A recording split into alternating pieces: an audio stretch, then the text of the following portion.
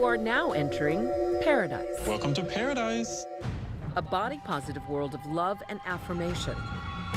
But some say this oasis, dedicated to larger ladies, may not be all that it seems. What did you expect going in, and what was the reality? I expected to, I don't know, just have fun with my friends. But I didn't expect to leave feeling like I was violated or feeling uncomfortable or feeling like, wow, did that really just happen? Allegations of inappropriate touching, even predatory behavior, all a part of a brutal legal battle threatening to tear apart the viral popularity of this community. I've never really been able to present all the evidence that I have that basically shows that most of the allegations are completely fabricated.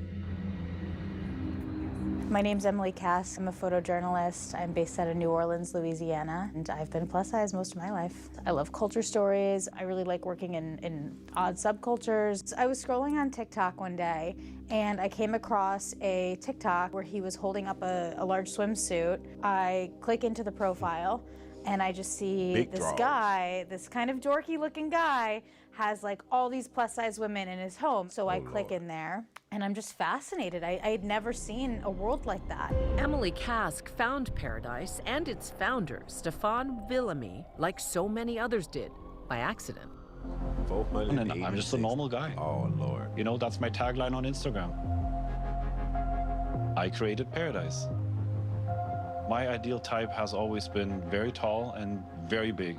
Like, she would be 6 foot or taller, and she would definitely be 500 plus.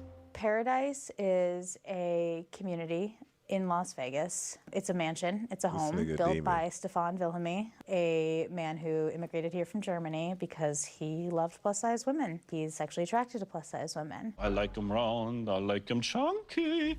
Oh, fuck. Oh, fuck. That nigga did it, bro. He did it.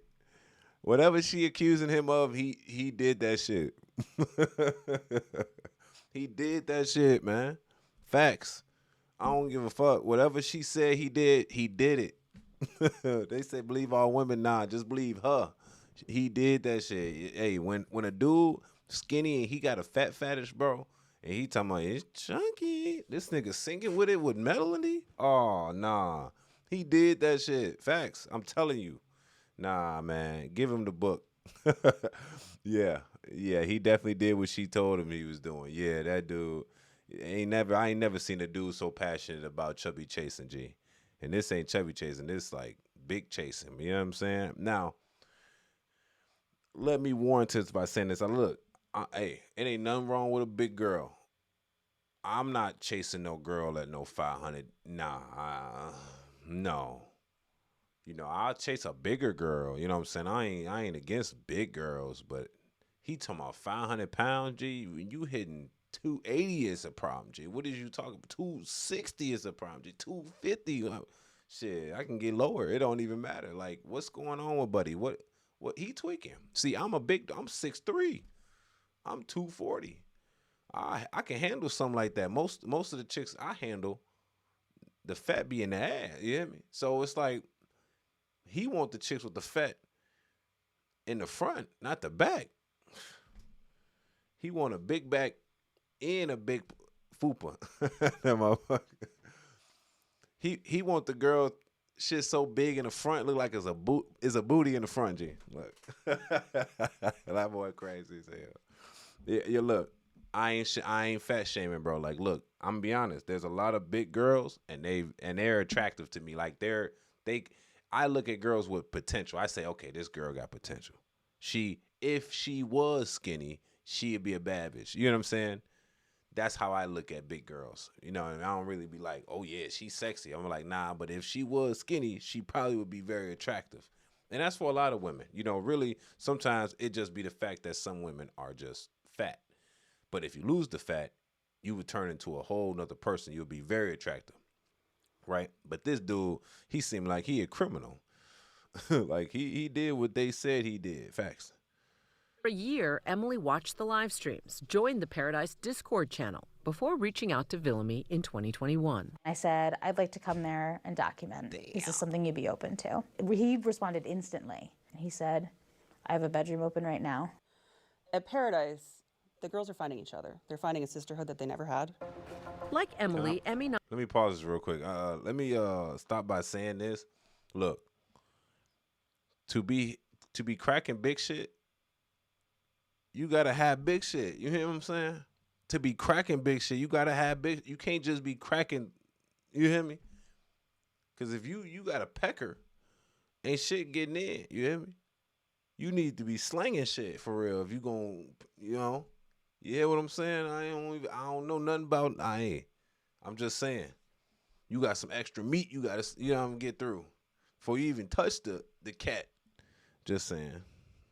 nominated director Tara Malone says she understood the appeal Pearadise represented. I've been plus size my whole life, and it's a rare opportunity to be able to tell any story about the plus size community. There was no way I was not going to do this project. Her new investigation discovery docuseries, Big Girls Wanted, Escaping Pearadise, takes a closer look at the group, the legal battle, and the fallout. Malone's cameras were there for a lot of the classic Pearadise social media content. You guys ready for a swimsuit check? This nigga weird. Girl, stop jumping up. Malone came to Pearadise to answer many of the same questions Emily had. The difference? Malone showed up after allegations of defamation and sexual assault. When allegations come out, they are on TikTok. They are making their case over and over again, sort of relentlessly. Describe Stefan to me, now that you've gotten to know him as well as you have. That is a complicated question. Stefan, I would say he is someone who He got is a black very name. committed to the belief that he should be allowed to be attracted to what he's attracted to. I would say he's someone that is living his dream. Savannah Cisneros, who goes by sure is. Savvy, was one of Wilhelmy's accusers. Before everything happened, I would describe Stefan as a kind man. He accepted everybody with open arms. After everything that happened, I would personally describe him as what I believe as a predator. Cisneros and a friend went to visit Pearadise for 2 weeks back in 2021 when she was just 19, but she ended up leaving early. That I told him I don't want him to have any expectations because I don't know if I'm comfortable with that. You didn't want to have expectations of sex, I didn't want him to expect me to do anything. sexually. Sexually, warranted. yeah. What made you feel violated? His conduct with me, And how would you describe that conduct? inappropriate sexual conduct. After leaving, Cisneros posted a video about what happened on social media, accusing Stefan of touching her without consent on her belly and her bottom. You look at that from the outside, and the first time you take in the information, is that sexual? What is that? I don't know what this is. But then when you start to understand more about fetish and fat fetishists, that it does become sexual in a way that you would not expect. So, that boy down bad. You hear me? These type of pictures you taking, don't share it. You hear me? Look, I'm not trying to shame the boy, but he thought he was gonna have his way. Yeah, he got a bunch of big girls together. He probably watch a lot of P stars that are overweight and fat, and he think, oh man, I'm finna have my way. I'm finna have a fat orgy. It's finna smell like mustard greens and feet in this bitch. Like I assume that's what he thought. That's just me. Yeah, he must have thought that, and I'm just analyzing. I could be wrong. He must have thought that he can have his way with these girls due to the fact that they're overweight, and he already liked them. And he might have thought like, well, since they're overweight, they probably easy to go because they probably don't get as much sex as they want to. Now, I guess that doesn't apply to the girl that just turned 18 or is 19 years old, whatever, so, because she's young. She don't know that yet. She probably know dudes don't like her, but she probably still don't want to be touched on by a weirdo because it's one, hey, look, it's sexual assault of you if they don't like you. You know what I'm saying? Just saying. So he gives off them weirdo vibes a little bit. If he was actually attractive, probably didn't give off weird vibes. He was actually funny, she probably would have let him. It wouldn't even be a case right now, would it? Members and former members say it's no secret that sex was part of Pearadise for many, though not everyone. There were definitely a lot of different relationship dynamics that were inside of the house. Most people were polyamorous. Wilhelmy has always maintained that what happens at Pearadise is between consenting adults. In a statement to ABC News, Wilhelmy said the group was very tight-knit and familiar with one another, and, quote, "We all participated equally in harmless group activities, such as butt slaps over the top of clothing, and at the time, no one gave any indication of being uncomfortable." Once your allegations went public, what was Stefan's reaction? Damage control. No apology. Nothing. I've always said, I want a public apology and I want you to admit what you did. But it wasn't just Cisneros. Others online were accusing Wilhelmy too. The shock wave that like ruffled through the house was really intense to sit in. Stefan is telling people these allegations are false, and the house is just in this kind of chaos. Kask says while she was there, she heard rumblings of legal action, but it wasn't until after she left that Wilhelmy filed a defamation lawsuit against Cisneros and others. What was your reaction to his? See, look, that's when the narrative changed. You hear me? Now, you told him he want public apology and you want to explain what he did, right? But technically, in his eyes, he ain't do nothing because he is the founder of Escaping Paradise, and he was doing what y'all allowed him to do, and he didn't feel like y'all was pushing back at all, so it was okay. Plus, y'all was already polyamorous in the situation. Now, it backfired because now he gonna sue your ass. Yeah, defamation. Damn. It's kind of spooky, dude. So you telling me the dude had a fetish for fat chicks, so he made a TV show just to put out a casting call for fat chicks to make a TV show while he's doing what he always dreamed of doing, but posted it online and like a TV show, having his way, having fun with a bunch of fat girls. And look, it ain't nothing wrong with a bunch of fat girls if you like fat girls. You know what I'm saying? They probably got better booty. You hear me?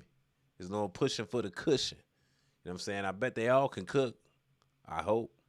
You know what I'm saying? I don't know a fat girl that can't cook. You know what I'm saying? Let's carry on. His lawsuit against you. At first, we got a cease and desist. I took down all my videos. I'm really scared. And at the time, I was a broke college student. I was 20 when it first started. I believe Stefan was in his 40s. In his lawsuit, he said that leading up to your visit, there were flirting and sexually charged texts between you and him, and that based on the text messages and conduct leading up to the visit, you had, quote, implied consent, end quote, to Stefan touching you. Your thoughts? Sorry, that just makes me laugh. Like I said, my text messages. Nah, that bitch lying. She lying. Yeah, she lying. Look, she's lying. Why would that make you giggle?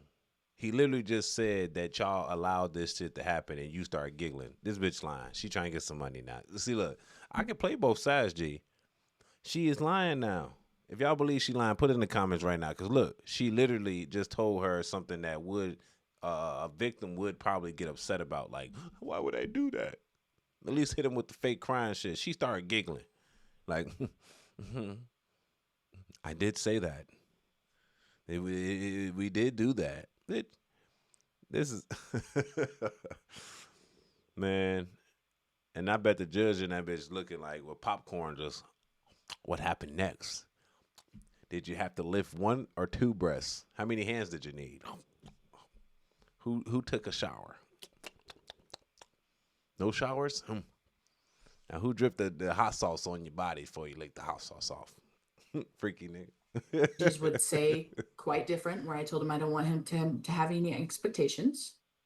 I admit that there were flirty messages, there were sexual things said, but after I started to realize that it was kind of weird, I kind of took a step back. In his lawsuit, that's not how that worked. You're retroactively taking back consent after you gave consent to the dude. And it wasn't even like that for real. It seems as if he was saying that, well, everybody was consenting and no one felt uncomfortable when we were doing this. It's like It's like saying if I'm hitting on a chick and she's in the mood, she's flirting back, I'm flirting with her, and we, do what we doing. And then a month later, she say, I didn't feel good. I didn't do this. Like, nah, you can't say that when in the mood you never said that you didn't want this, and I didn't push myself on you. I didn't do this. You kind of, you know what I'm saying? That's why in this modern day, man, you got to have a motherfucker sign an NDA. You got to motherfucker record them, what they doing, just to fight a case later, possibly. But it seemed like it's a money grab. What do y'all think? I think this is a money grab. I'm not going to go too far on this, man. I'm not going to harp on this too much. I got to get to sleep.